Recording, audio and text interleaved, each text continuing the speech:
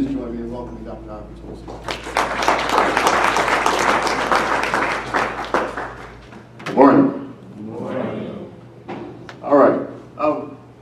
I'm going to talk to you all today about an offshoot of the Breaking Barriers Project, which was inspired by my interactions with a lot of different people who had some cynicism over some of the findings that I had when I released the first Breaking Barriers report. So the first Breaking Barriers report was published in 2008.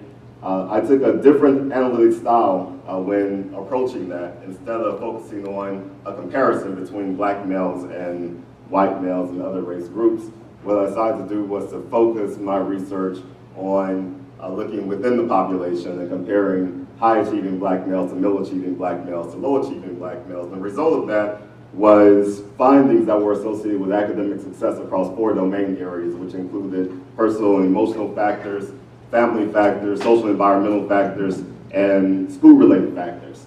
The report got a lot of attention and got me access to a lot of schools to help them to resolve the issues that they were having with their black males. However, a lot of the schools that I was working with were skeptical about whether or not anything could be done to resolve the plight of the black males because they thought we were so far out of reach. And a lot of the information that they were using to base their hypothesis on was information that was out of context, and a lot of it was outright fiction. So one of the things that I've done since then was I've put out a series of articles that help people to understand where a lot of these stats come from, help them to contextualize and really give them a real perspective of what's going on. Now, before I get into challenging some of the myths that's out there about black males, I want to be very candid with this audience. We are a part of the problem. Researchers are a part of the problem because we allow zombie statistics to float out there and we don't challenge them. I think there are 2 reasons why we don't challenge them. One, we are so convinced that the plight of the black man is so far out of reach that we believe a lot of those stats, even when they don't come from the same mechanisms that we have been taught to trust. So they don't come from peer-reviewed publications or anything like that. A lot of times they come from foundation reports, and they most of the time they don't come from people that look like us. So that's one of the reasons why we don't challenge. Another reason why we don't challenge is because a lot of it seems to validate what we do. One of the most widely publicized myths that I tackled was the notion that there are more black men in prison than in college. And I'll talk to you a little bit about that issue a little bit later. But when I came out with my reports debunking that, there were so many people that was coming up to me saying, what do we do now? You mean there are more black men in college, 600,000 more of them? Well, what are we working on? Well, if that's your goal, then you need to think a little bit bigger about what we need to do. So often in the media, we read things like this. This is a common type of intro, a lead-in that we may see. This one was written by one of the nation's greatest educational scholars named Russell Simmons. And he wrote an article that said, black male multiple choice, unemployed high school dropouts are incarcerated. If a black boy is born in the U.S. today, you have a 33% chance of going to prison in his lifetime. It has become a sad normality, almost a backwards rite of passage for black men to the penal system. Black men represent 8% of the population of the United States, but comprise 3% of college undergrads, 48% of inmates in prison, 50% of black boys do not finish high school, 72% of black male dropouts in their 20s are unemployed, and 60% of black male dropouts are eventually incarcerated. And the young girl that's so shocked about it is my daughter. So these are the types of things that our teachers are reading, the kids are reading. Oftentimes I'll read this to young black males without the markers on it, and ask them how they feel about it, and I hear things like, concerned, defeated, shocked. So the young black males that we deal with carry the burden of a lot of these statistics. Now, you see that I have labeled the falses and the truths. Let's go with the first one. If a black boy is born today in the U.S., he would have a 33% chance of going to prison. How many of you all have heard that? Okay, a lot of us have. A third of us are going to prison. Where did this come from? It came from someone named Thomas P. Bonzar. Thomas P. Bonzar wrote a report in 2001 for the Department of Justice. Now, he wasn't talking about me. He was talking about people who were born black males who were born in 2001. They were 2 years old when he predicted it, and they're about 12 years old now. Now, if you were born during a different year, it wasn't a third, it was lower than that. So, in his analysis, he could predict that if you were born in 1980, your chance of going to prison was less than if you were born in 2001. Does that make sense to you all? Okay, that's what he said in the report. Now, this is something that gets repeated quite a bit. Now, this is how he calculated it. He said the generation life table traces the birth cohort of 100,000 persons through their entire lives, subjecting them to observe age-specific mortality and incarceration rates, which they encounter in each subsequent calendar year of life. The procedure is known as a double-decrement life table because there are two forms of exit from the initial 100,000 birth cohort. The procedure yields estimates of the number of persons in the birth cohort who are incarcerated for the first time each year or who will die. Okay, that's how he calculated it. All right, so your project is to replicate that and to see if you come up with the same thing. But the bigger problem now is that this is a zombie statistic because he pulled it from data from 2001. Since 2001, has the crime rate among black youth gone up or gone down? It's gone down tremendously. But yet we're still telling young black males that haven't even really come into existence yet. We are letting a white scholar say that our babies, literally, our babies are going to go to prison. And we repeat it. Not them, but us. This is a phenomenon that I refer to as the happy bell curve. In 1994, there was a book that came out called The Bell Curve. And it made black scholars smoking hot. It made us hot, and it got us motivated to challenge the merits of the report, to dissect it, and to go to our publications like the Journal of Negro Education and the Journal of Black Psychology and say, this is bullshenanigans. Some of the things that we were upset about was statements like, it seems highly likely to us that both genes and the environment have something to do with racial differences in intelligence and, by extension, achievement. So in other words, there was a Harvard scholar and another scholar from the American Enterprise Institute, both of them white, who said that black people were naturally inferior. And that is why we test lower on standardized tests. So we challenged it. Now fast forward to 2010, we have reports like Call for Change. Call for Change was written by the Council of Great City Schools. One of their statements was, black males without disabilities had reading and mathematics scores on average lower than those of white males with disabilities. So in other words, they were saying that a disabled white male was more academically astute than a perfectly normal black male. Now, what did we do with that report? We incorporated it into our talking points. I was members of board after board that was saying, oh, we have to highlight call for change at our Black Male Symposium because their findings really show that the situation is dire.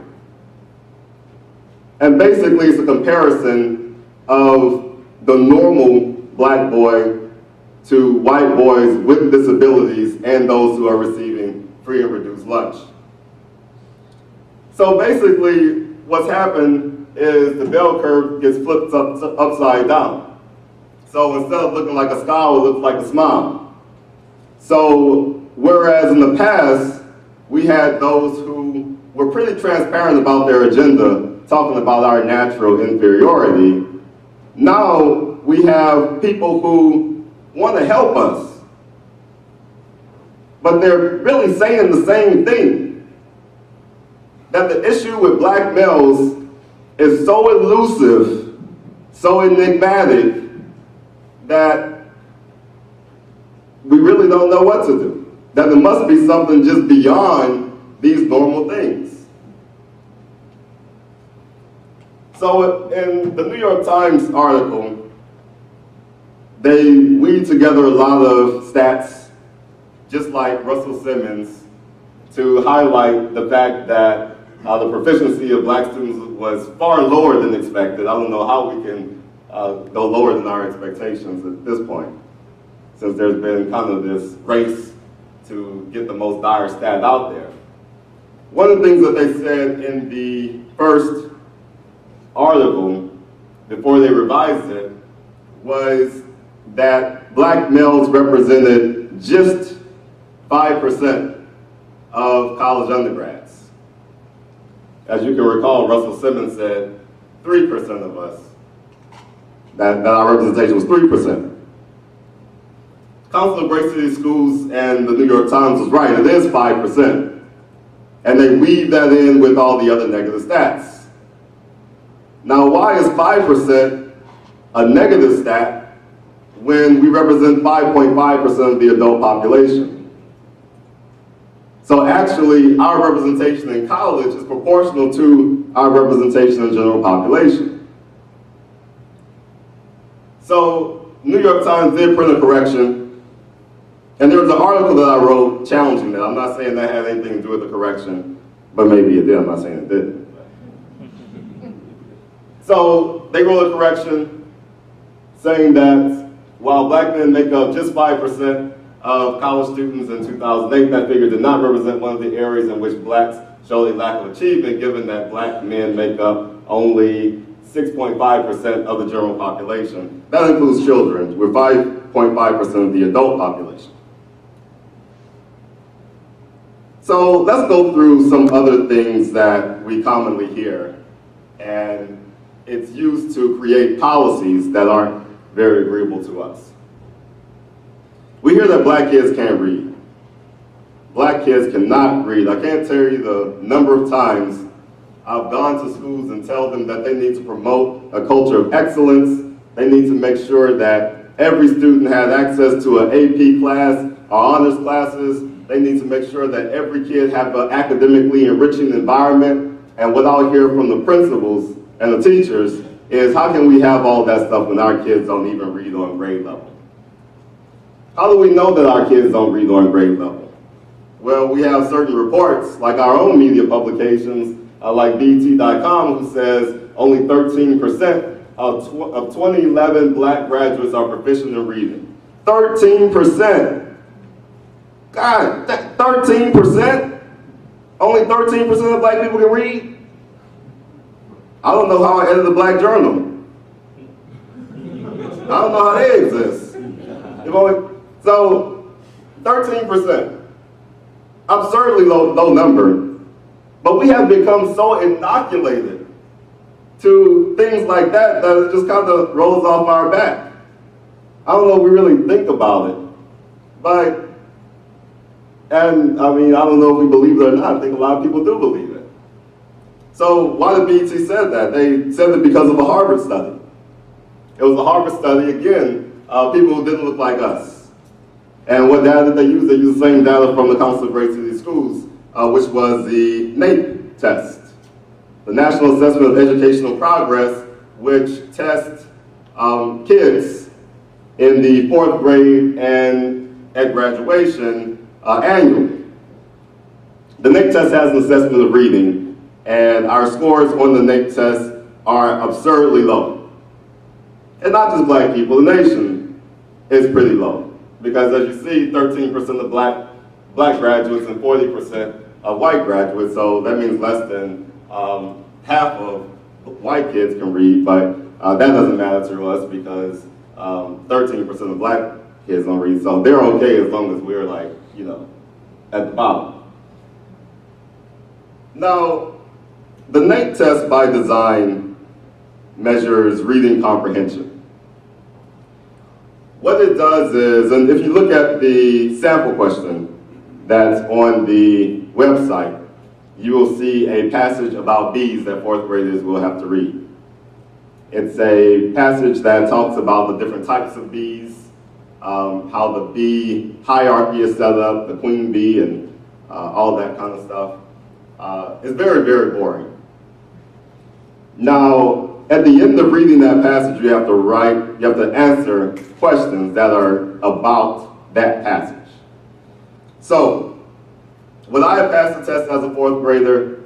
No, absolutely not. I know for a fact that I would be in the majority of students who was not proficient. In fact, I probably would be in the lowest category. In fact, I was placed in a slow readers group in the 4th grade. Maybe it was based on a NAEP test, I don't know. But I remember I was segregated from the rest of my class because they said that I couldn't read as well as other kids. Now, the challenge that I've had with reading, which I have continued through my adult life, is that I am a holistic learner. And so what my mind does is it takes a lot of information and it indexes it, and every time I receive new information, I'm comparing it to all the other information that's indexed in my brain. So if I'm reading the passage about bees, I'm thinking about my grandmother's house in Lake Providence where they had beehives in the trees. I'm thinking about the fact that a lot of times black people are like bees because we're stuck in these hives and we can't get out. So when I get to these questions where I have to think very literally and rotely about what I read, I don't do that well with that type of task. So school was a very restrictive experience for me. And, you know, once I was able to manage school a little bit, you know, with my charisma, I was able to slide through it. But it wasn't until I became a professional that I had the liberty to read in the way that I wanted to read, which allowed me to write the way that I wanted to write. Another thing that we hear is that black kids don't want to do well because we think that doing well is acting white. So why don't black kids just suck it up and start acting white, right? So a lot of the attention that was placed on acting white comes from very dubious findings and conjecture. There's a professor by the name of Roland Fryer at Harvard University who wrote a few papers demonstrating that you can quantify the acting white phenomenon.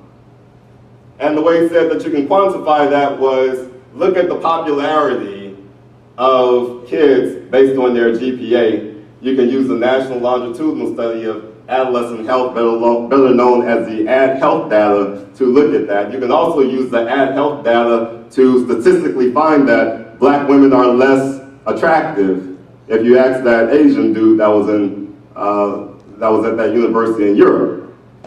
So Ad Health data is a mammoth of a data set that you can do all types of crazy things with.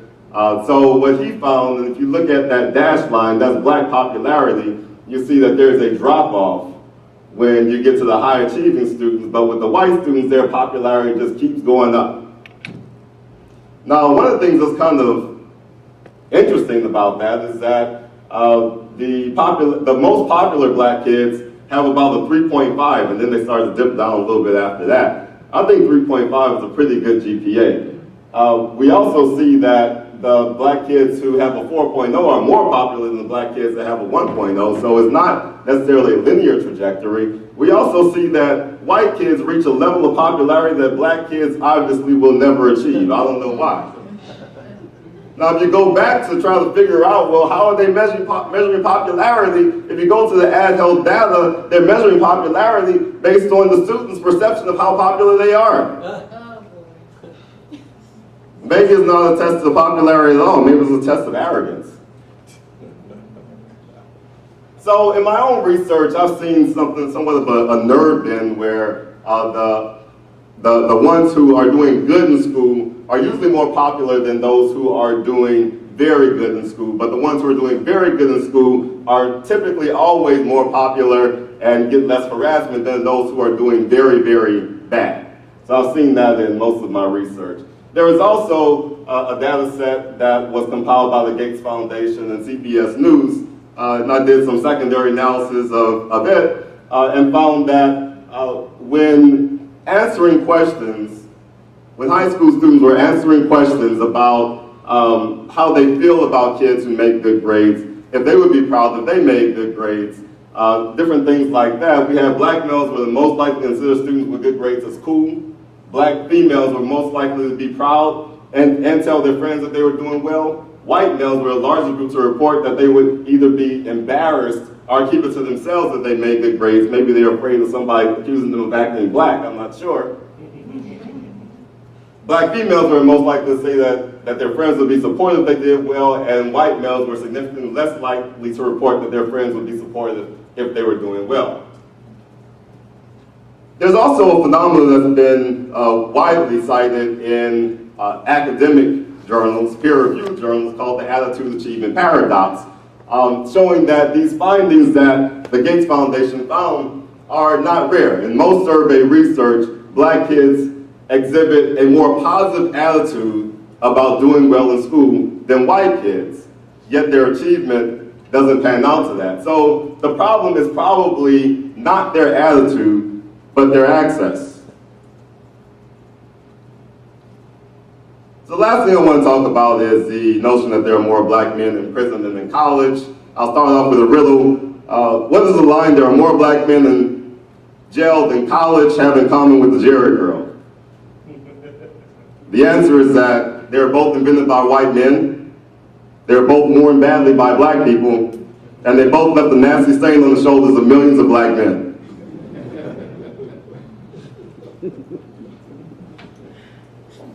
So recently I wrote an article for The Root to combat the stubborn myth that there are more black men in prison than in college. I started analyzing this along with a good friend of mine named James Morton, who created the documentary Hoodwinked. James Morton used me as a contributor, and I also participated in that film. Throughout that process, we noticed a lot of different trends in what was going on with the black male prison population versus the black male college population. Jenks was very hard on the Justice Policy Institute. I was pretty soft on the Justice Policy Institute. Justice Policy Institute are the ones that came out with the original report in 2000 that there are more black men in prison than in college. I didn't feel like they wrote that from a bad place because the overall objective of the report I thought was noble. They were highlighting the fact that states were defunding higher education and increasing their expenditures on prison, which is something that we should all rally behind. But we did miss an opportunity when that report came out. The press releases that came from the black organizations did not say that these rogue states like Louisiana are defunding education and they are expanding their prison industry. The headline said there are more black men in prison than in college. Now, when I did a screening of Hoodwinked, I was surprised to find And not until after the screening was over, I found a bunch of press releases plastered all over the tables of the event that I put together. And it was from the Justice Policy Institute. It was their own press release saying that they stand behind their findings and how peeved they were that the Congressional Black Caucus Foundation would smear their names in this fashion. So after that, I became less compassionate towards the Justice Policy Institute. And I wrote 2 reports for the Root that really broke down what was going on. And there was something that was revealed to me that I didn't really factor into the things I was talking about. One of the things that struck me with what was going on with the college population is that since 2000, if you look at the National Center for Educational Statistics, since 2000, what appears to have happened is that there was a 108% jump in the black male college population. Now, if that's true, we should have been celebrating, right? I'm not sure how we missed that and how we missed the opportunity to celebrate that. But one of the things I noticed is that when I first started looking at these stats, there was a 200 college jump in the number of colleges that was reported. So then I decided to say, look at, well, what jump has it been since the Justice Policy Institute released this report? And there was more than 1,000 colleges were reporting black male data today than there were 10 years ago. So I was thinking to myself, well, is there 1,000 more 1,000 more colleges? So I decided to look at the colleges that were reporting no black males back in 2001 and large numbers in 2010. And I was shocked to see colleges like Bowie State on the list. I figured there had to have been some black males at Bowie State in 2001, right? But I was more shocked to see Temple University on the list because I was at Temple University. So I didn't get counted in that. So what it appears as though the National Center for Educational Statistics just became better at giving the data from the colleges.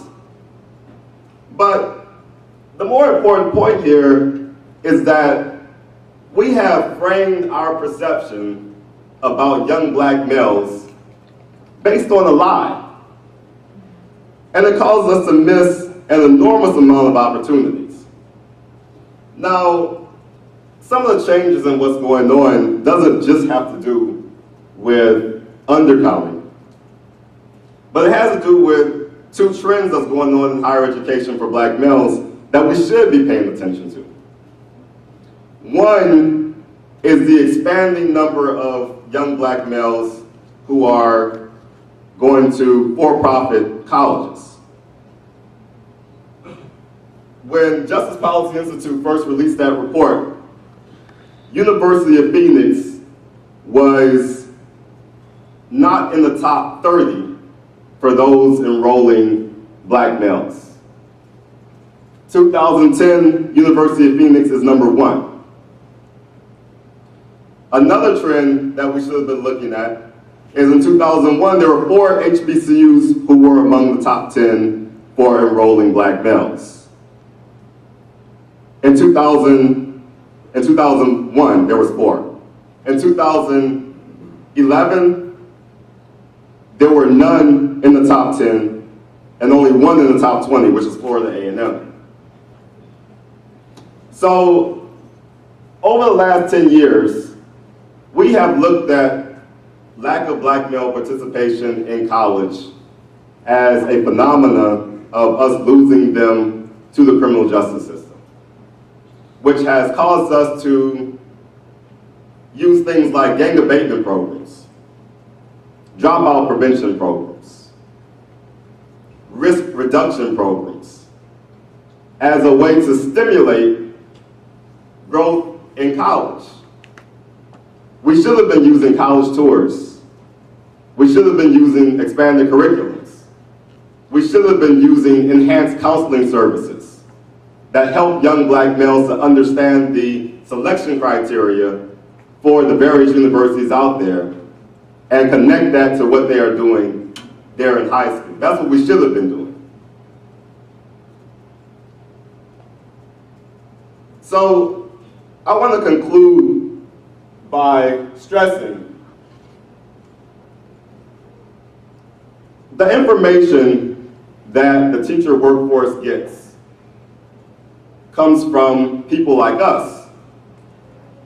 But if our voices are relegated to small gatherings, publications that they can't access, and a language that's so esoteric to them that they can't understand, the only source they will go to is the media.